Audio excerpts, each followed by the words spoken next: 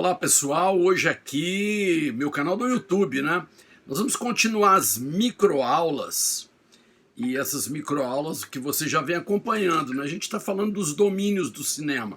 O clássico, que é o ficcional clássico, clássico e moderno, não é? Então você tem o cinema dominante, clássico, né? O ficcional clássico, que é Hollywood, que é Netflix, que a gente sempre fala aqui. Aí tem o segundo domínio, que é o documentário, que eu já falei dele, e agora eu vou comentar de um terceiro domínio importantíssimo, que pouca gente vê, que é o cinema experimental. O cinema experimental, se eu pudesse falar assim, de uma maneira bem ampla, ele não tem preocupação em contar histórias como o ficcional clássico, que nasce lá no começo do século XX e está aí, dominante, Netflix, sala de cinema, não é? Tudo mais.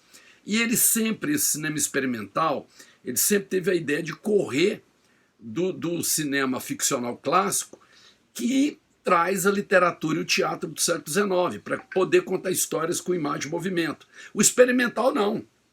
O experimental, ele corre dessa tradição do ficcional clássico. Então, tem um filme que você já pode ver aí, que é O Desfile Infernal, de 1903, do Georges Méliès.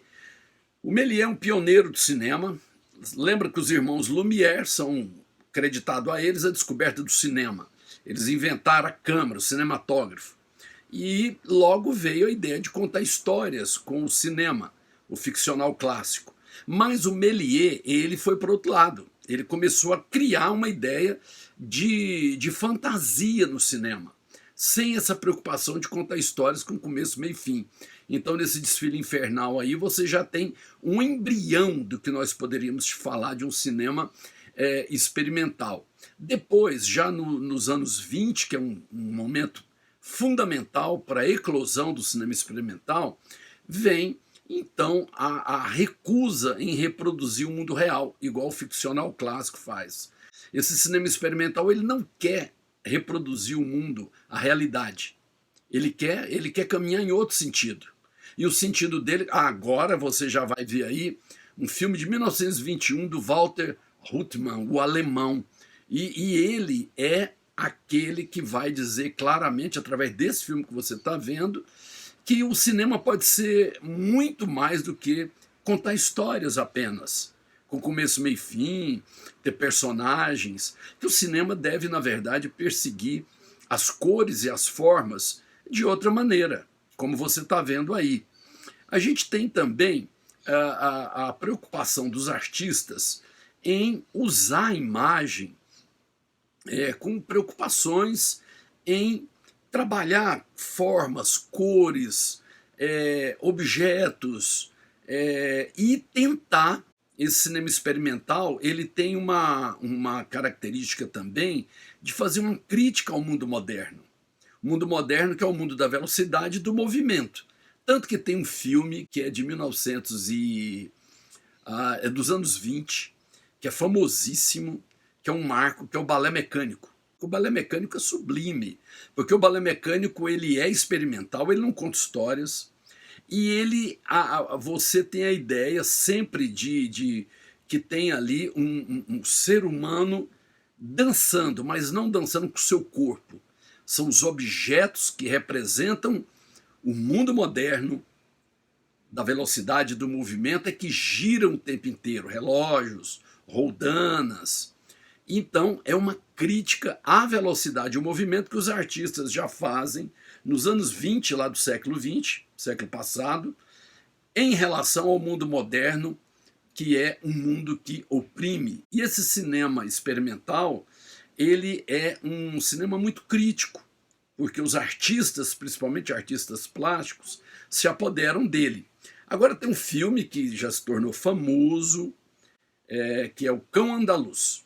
Cão Andaluz, do Luiz Buñuel, é um marco do cinema experimental, um dos pioneiros também. Vamos ver aí a imagem cortando o olho, que se tornou icônica, de um Cão Andaluz, de 1929, do Luiz Buñuel. O Luiz Buñuel depois se torna um dos expoentes do cinema moderno, de um cinema que dentro do moderno tem um experimento, como você vê aí em Cão Andaluz. E o Luiz Buñuel, ele não está preocupado também com imagens que contam histórias, causa, consequência, que gera outra história, como ficcional clássico. Pelo contrário, são imagens aleatórias.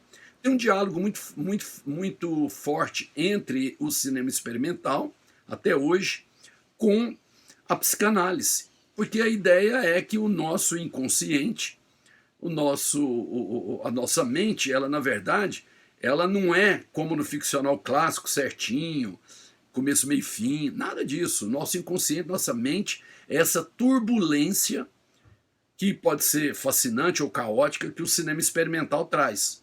Então tá aí o Cão Andaluz, não é, que você pode apreciar. Agora, no contemporâneo, com a chegada do vídeo e hoje com a chegada do digital, o cinema experimental ele alcançou um grau extraordinário. Aqui no Brasil tem o Carlos Nader.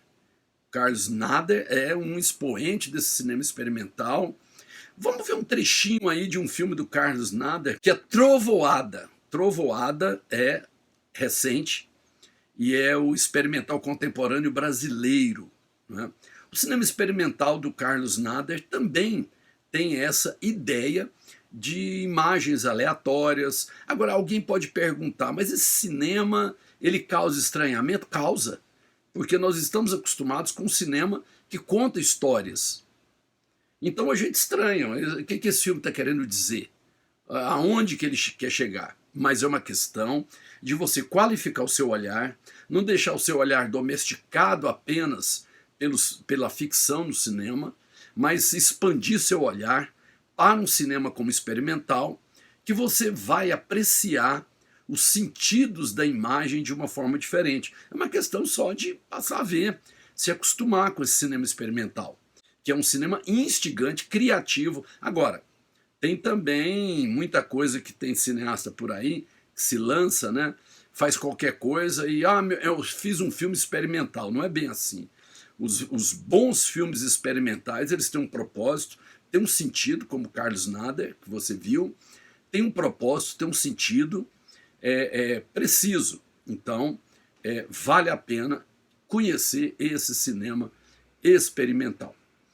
Você está no meu canal no YouTube, se inscreve, aperta o sininho aí e aproveita o meu canal. Tem as aulas do cinema documentário, ficção, cinema de poesia, só dá uma olhada aí, que tem muita coisa, críticas de filmes. É isso, e um grande abraço.